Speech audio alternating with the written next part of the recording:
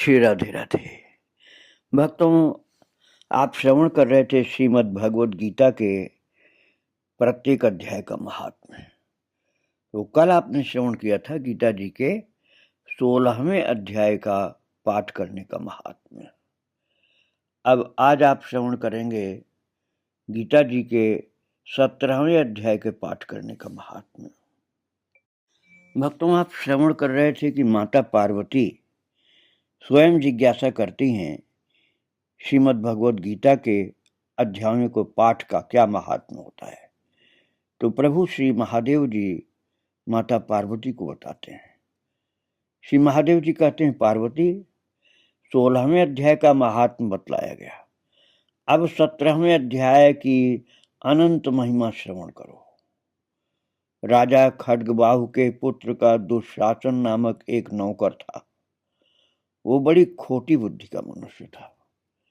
एक बार वो मांडलिक राजकुमारों के साथ बहुत धन की बाजी लगाकर हाथी पर चढ़ा और कुछ ही कदम आगे जाने पर लोगों के मना करने पर भी वो मूढ़ हाथी के प्रति जोर जोर से कठोर शब्द करने लगा। उसकी आवाज सुनकर के हाथी क्रोध से अंधा हो गया और दुशासन पैर फिसल जाने के कारण पृथ्वी पर गिर पड़ा। दुशासन को गिर करके कुछ कुछ श्वास लेते देख काल के समान निरंकुश हाथी ने क्रोध में भर करके उसे ऊपर फेंका। ऊपर से गिरते ही उसके प्राण निकल गए। इस प्रकार कालवश मृत्यु को प्राप्त होने के बाद उसे हाथी की योन मिली और सिंघल द्वीप के महाराज के यहाँ उसने अपना बहुत समय व्यतीत किया। सिंघल द्वीप के राजा की महाराज खड्गबाहु से बड़ी मैत्री थी, अतः उन्होंने जल के मार्ग से उस हाथी को मित्र की प्रसन्नता के लिए भेज दिया।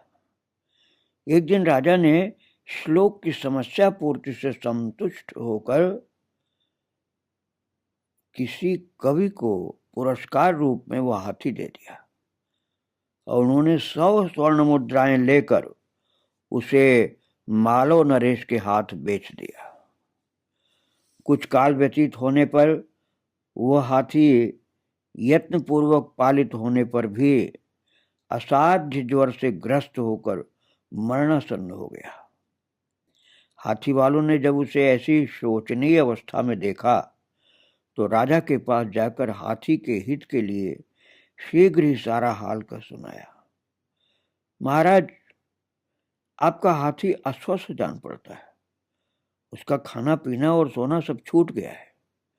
हमारी समझ में नहीं आता इसका क्या कारण है। हाथी वालों का बताया हुआ समाचार सुनकर राजा ने हाथी के रोग को पहचानने वाले चिकित्सा कुशल मंत्रियों के साथ उस स्थान पर पदार्पण किया जहां हाथी ज्वरग्रस्त होकर पड़ा था। राजा को देखते ही उसने ज्वर जनित वेदना को भूलकर संसार को आश्चर्य में डालने वाली वाणी में कहा, संपूर्ण शास्त्रों के ज्ञाता, राजनीति के समुद्र, शत्रु समुदाय को परास्त करने वाले तथा भगवान विष्णु के चरणों में अनुराग रखने वाले महाराज, इन औषधों से क्या लेना है। वैद्यों से भी कुछ लाभ होने वाला नहीं है, दान और जप से भी क्या सिद्ध होगा। आप कृपा करके गीता के 17वें अध्याय का पाठ करने वाले किसी महान संत को बुलाइए। हाथी के कथनानुसार राजा ने सब कुछ वैसा ही किया। तदनंतर गीता पाठ करने वाले तपस्वी ब्राह्मण ने जब उत्तम जल को अभिमंत्रित करके उसके ऊपर डाला तब दुशासन गज योनि का परित्याग करके मुक्त हो गया। राजा ने दुशासन को दिव्य विमान पर आरूढ़ एवं इंद्र के समान तेजस्वी देखकर पूछा, तुम्हारी पूर्व जन्म में क्या जाति थी? क्या स्वरूप था, कैसे आचरण थे और किस कर्म से तुम यहाँ हाथी होकर के आए थे, ये सारी बातें मुझे बताओ। राजा के इस प्रकार पूछने पर संकट से छूटे हुए दुशासन ने विमान पर बैठे ही बैठे स्थिरता के साथ अपना पूर्व जन्म का संपूर्ण समाचार जो आपने पहले श्रवण किया यथावत पूरा का सुनाया। तत्पश्चात नरश्रेष्ठ मालव नरेश भी गीता जी के 17वें अध्याय का पाठ करने लगे और इससे थोड़े ही समय में उनकी मुक्ति हो गई। तो विश्वासी महाराज नरश्रेष्ठ मालव नरेश भी गज की उत्तम गति देखकर गीता के 17वें अध्याय का पाठ करने लगे और इससे थोड़े समय में उनकी मुक्ति हो गई। इतने गुणग्राही विश्वासी और श्रद्धावान थे राजा कि गीता जी के 17वें अध्याय के पाठ में जीवन समर्पण कर दिए थे। भगवान कृष्ण की भक्ति प्राप्त हुई और गीता जी के 17वें अध्याय के पाठ के प्रताप से थोड़े समय में ही उनको मुक्ति प्राप्त हुई। ऐसी अद्भुत महिमा है गीता जी के 17वें अध्याय की।